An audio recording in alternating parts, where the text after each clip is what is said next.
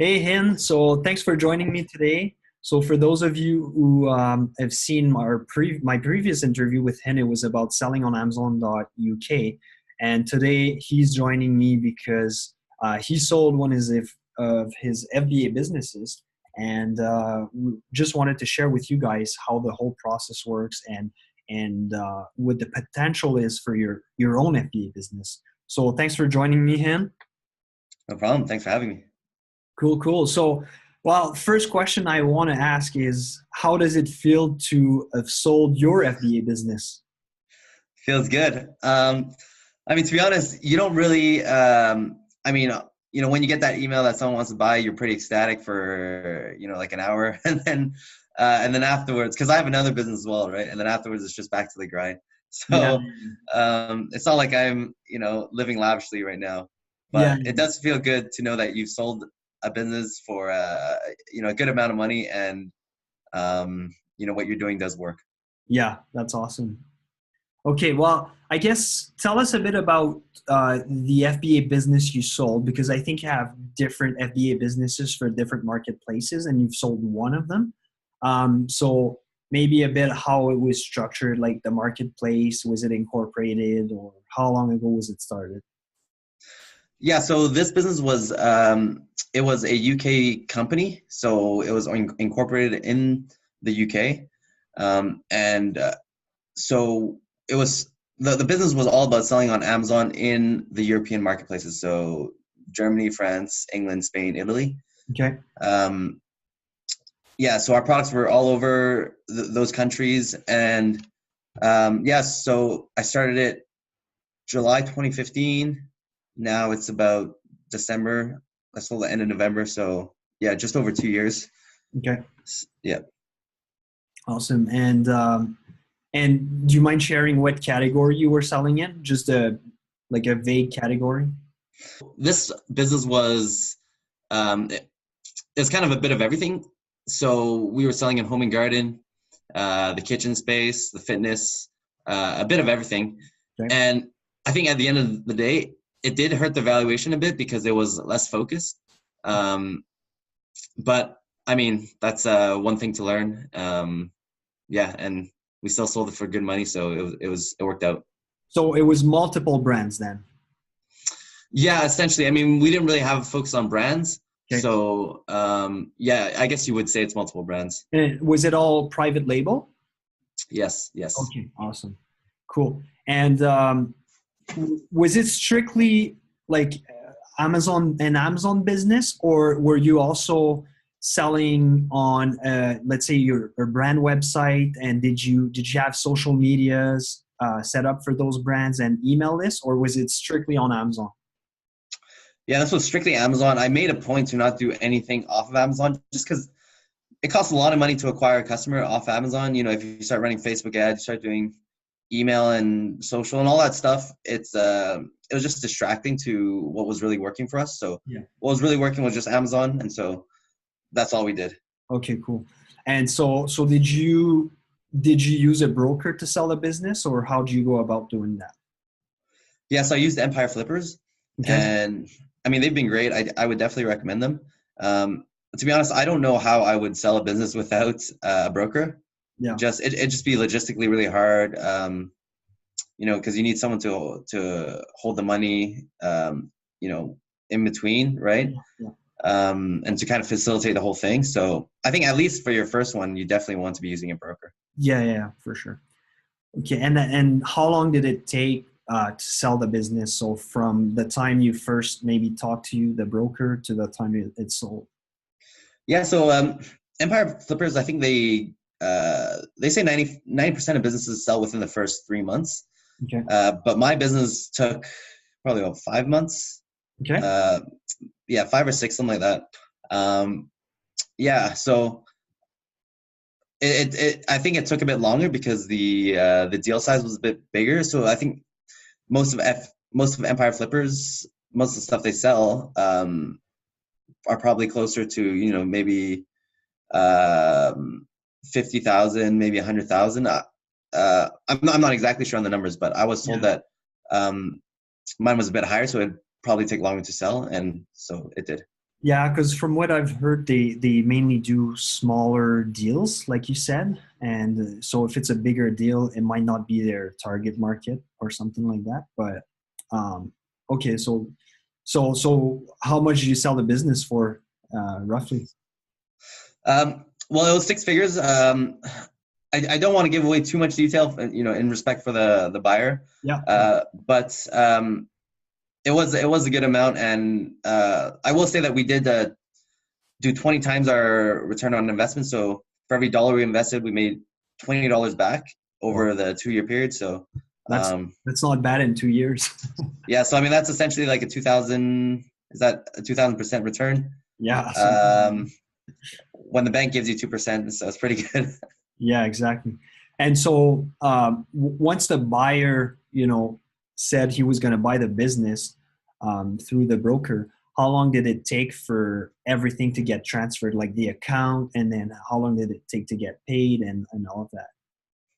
Yeah, so it actually took a bit longer than I had expected because a lot of the migration. So I guess the thing with Amazon UK is you can't just transfer the name of the account.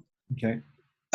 So what I heard was in Amazon US you could just transfer the name of the owner, but in the UK he had to create a new account. He had to get his banking set up, and then we had to move all the inventory out, relabel it, and then move all the inventory back into his account. So there was a lot more movement there, a lot more work there, Yeah, yeah. as opposed to I think a lot of the US ones you could just switch the company name and all is good. Nice. Okay, that's pretty cool.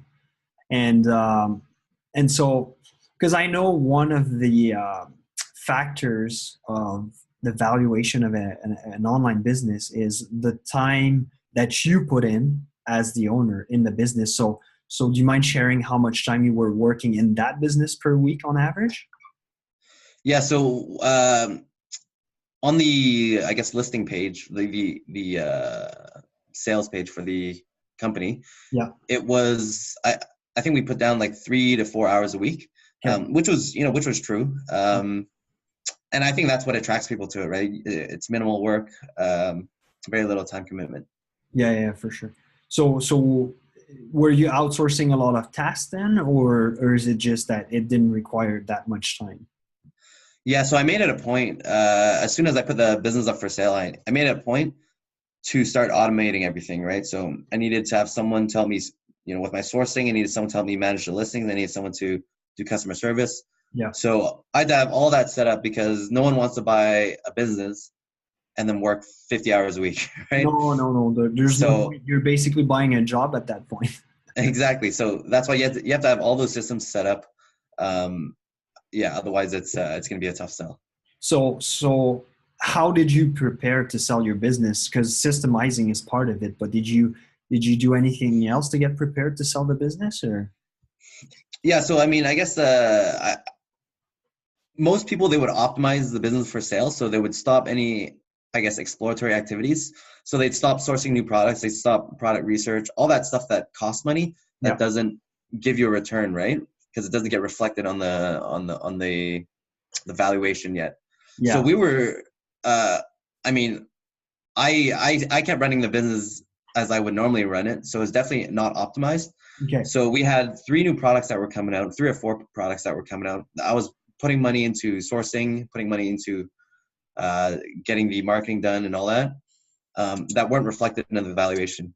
Oh, okay. But still, maybe the valuation is a little bit less, but that's another point that I've seen brokers talk about is if you have like it's almost gifted to them, right? Where it costs you money, but for them they have three new products coming in, right? So Yeah, yeah, yeah, and a plus value.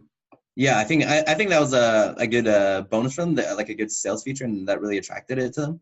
Yeah, Um, but yeah, I mean, most people they would stop all the sourcing, make sure their profits are as high as possible so that they can get the highest valuation yeah, possible.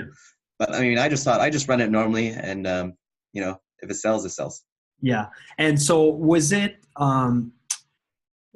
Tell me if this is correct. So usually how they evaluate the business is they'll take your gross revenue and then take off, well, minus your cost of goods sold, minus your operating expenses, and then anything that's owner discretionary expenses plus owner compensation is added back to the profits, right? Um, it's pretty. You got that pretty much correct, except the last part. So basically, the profits don't include any of the so my own salary not included. A lot of small things like accounting and stuff like that weren't included. And I guess that's just how they do it. Yeah, it was mostly like you said, cost of goods sold, operating expenses, some of the wages for the support staff. Yeah. But yeah, that's pretty much it. And then they take the net profits and then use a multiplier of what usually between 2 and 3 times yearly earnings, right? Yeah. So mine was a bit on the lower scale because we didn't. I don't think we had a specific brand. So ours was, I think, just over 2. Okay. But I think if you have a established company with proper social media, really good branding and all that, I think it should be closer to 5 or even higher than 5. Oh, really? Wow. Yeah. Wow. That's not like solely focused on FBA. I mean, yeah, like maybe just the FBA ones will probably get around a 3, but if you have your own site and all that, yeah, because then you're a bit more diversified. Yeah, then you'll merit a higher valuation. Let me ask you this: what would you do differently in your business now that you know how the valuation works, and would you do anything different to prepare the business, or? I think if you wanted to maximize your valuation, then you probably start building a specific brand, like I was saying before. Getting good marketing material, just really focusing on one niche. Yeah. So this business wasn't really like that. This was more of a cash flow business. Yeah. So I think for what I had, I probably wouldn't change too much. Okay. But if you really, really just wanted to get like 5x of your profit or whatever, then yeah, you would go down the route of really specializing in a niche. Yeah, because you still have what, 1 or 2 other FBA businesses? Yeah, well, I have another business that it's FBA, but it's not focused on FBA. It's we're building a lot of stuff on Shopify, and we're really diversifying, so that's going to be quite different. Nice, but these ones you're more of a building of a brand, right? Yeah. The one I'm working on right now, it's really brand focused. It's really really focused on a type of product. Nice. So any other tips in let's say preparing to sell your business or selling your business or anything like that? I mean, you can I'd start listening to a lot of the Empire Flippers. They have a podcast by Justin Cook, I think. He talks a lot about how to value your business, what people look for when they buy. Yeah. So that'll just get you into a good mindset of what you need to prepare. Yeah. But ultimately, what I learned is, that hour or so where you're like really happy after you receive the email that someone wants to buy it, that that's really cool. But ultimately, it's the journey that you're spending like 2 years trying to build it, only just to be happy for an hour. And so it's really the journey that's more important. Those 2 years, you got to be liking what you're doing. You got to be fulfilled. Otherwise, it's just going to be not that great of a life. That's true. Yeah, for sure. And that's pretty cool. And then, so what's your plan for the future? So what do you want to do with that money you got? Like reinvest it into other online businesses, or keep that cash to do projects outside of online businesses and then grow your other brand, or what's your plan? Yeah, so definitely I put a large portion back into my other brand because I see a lot of potential there. I think it'll be really big. And then also, I bought a house, looking to buy a new car, like we just talked about. Yeah. And then I paid my parents back a bit, so yeah, we're good. That's pretty cool, though. Like, I mean, you're what, 30 years old now or so, and not yet. Maybe in 2 weeks, though.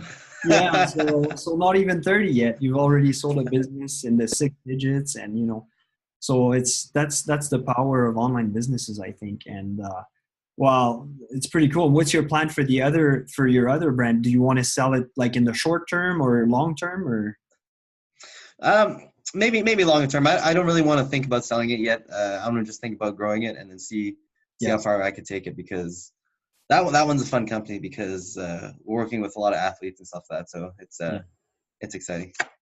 Cool. Well, thanks a lot for joining me today, Hin. And yeah, congrats again on selling your business. And thanks for sharing with us today. So you have a good Yeah, no problem. Thanks.